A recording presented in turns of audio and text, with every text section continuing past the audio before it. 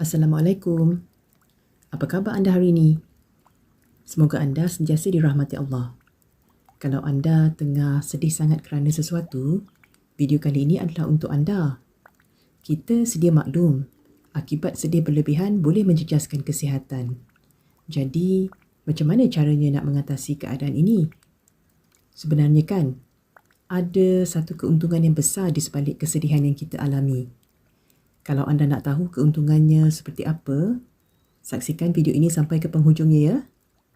Tapi sebelum itu, jangan lupa subscribe dan aktifkan loceng notifikasi agar kita boleh sama-sama belajar meraih manfaat daripada masalah yang kita hadapi. Okey, sekarang apa yang boleh kita buat masa kita tengah sedih sangat? Yang pertama, bersabar. Bila masanya kita perlu bersabar? Pada ketika musibah itu mula-mula terjadi. Sabar itu adalah pada masa kita diuji, bukan selepas kejadiannya. Kalau musibah itu melibatkan kehilangan, kita mesti bersabar pada ketika kita mula-mula dapat tahu tentang kehilangan itu. Sabar ni maksudnya apa? Maksudnya, kita menahan diri dari melakukan sesuatu yang Allah tak suka. Seperti sesuatu yang memudaratkan atau memberi kesan yang negatif buat diri kita maupun orang lain.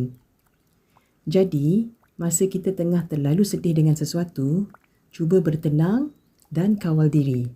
Jangan bertindak melulu mengikut perasaan. Jangan masuk dalam kereta dan lepas tu drive selaju-lajunya. Itu bahaya. Masa inilah kita perlu bersabar. Tenangkan diri anda dalam 4 langkah. Baca Bismillahirrahmanirrahim, tarik nafas sedalam-dalamnya, tahan selama yang boleh dan kemudian lepaskan perlahan-lahan. Ulang latihan pernafasan ini beberapa kali. Poinnya di sini adalah tahanlah diri anda dari melakukan perkara-perkara negatif yang memudaratkan. Okey, itu yang pertama. Sekarang yang kedua, redha dengan takdir Allah. Terima kenyataan yang telah terjadi. Terima dengan lapang hati segala yang telah berlaku. Yang telah terjadi itu tetap telah terjadi dan tak mungkin dapat diundur. Seperti nasi yang telah menjadi bubur. Jadi, apa gunanya kalau kita tak dapat menerima kenyataan? Betul tak? Redha itu adalah kunci kepada penyelesaian masalah. Sesuatu itu tak akan terjadi tanpa takdir Allah sebagaimana yang telah Allah jelaskan di dalam Al-Quran di surah Al-Hadid ayat ke-22. Walaupun kita tak suka dengan apa yang telah berlaku, kita kena faham bahawa yang sebenarnya kita pun tak tahu apa yang terbaik untuk kita. Kadang-kadang kita rasa sesuatu itu baik untuk kita, tapi rupa-rupanya ia tak baik untuk kita. Hakikatnya, yang maha tahu apa yang terbaik untuk kita itu hanya Allah. Dan Allah maha baik. Juga Allah maha adil. Sebab tidak ada kejadian Allah yang sia-sia. Di sebalik segala kejadian, walau sepahit mana pun kejadiannya, pasti ada hikmahnya. Sekarang memanglah kita tak nampak hikmahnya seperti apa kan? Memang begitu. It is like that. Hikmah itu akan terbuka hanya setelah berlalunya masa. Berapa lama? Saya tak tahu dan anda pun tak tahu. Yang tahu hanya Allah. Jadi, buat masa ini, bersabarlah dulu dan redhalah dengan takdirnya. Okey, itu yang kedua. Sekarang yang ketiga. Kembalikan semua masalah kepada Allah. Kenapa kita perlu kembalikan masalahnya kepada Allah? Sebab hanya Allah yang boleh membukakan jalan keluarnya. Macam mana caranya? Kita kembalikan masalah itu kepada Allah melalui doa. Di sinilah letaknya keuntungan yang sangat besar untuk anda. Dalam keadaan sedih yang amat sangat, seseorang itu akan dapat berdoa dengan bersungguh-sungguh, dengan khusyuk dan penuh perasaan. Betul tak?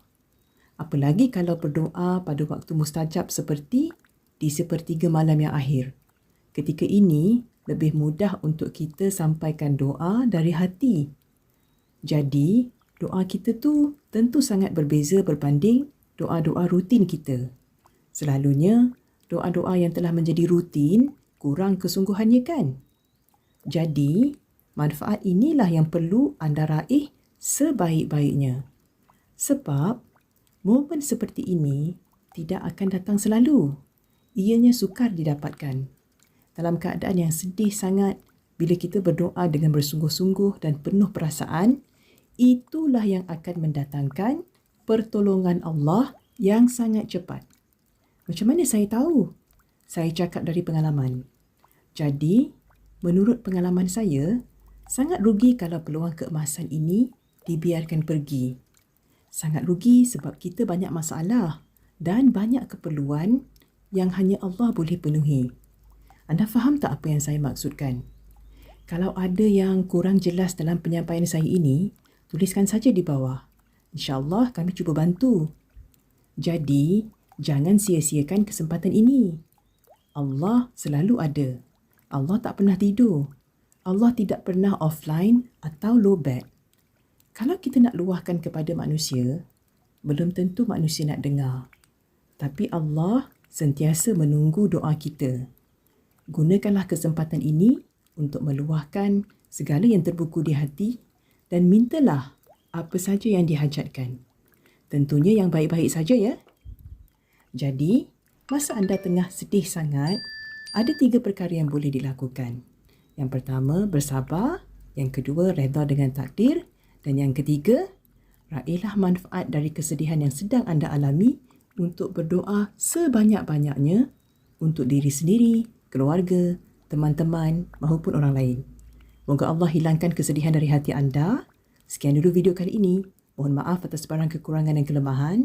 Terima kasih atas perhatian dan sokongan. Saya Cikgu Sarah. Assalamualaikum.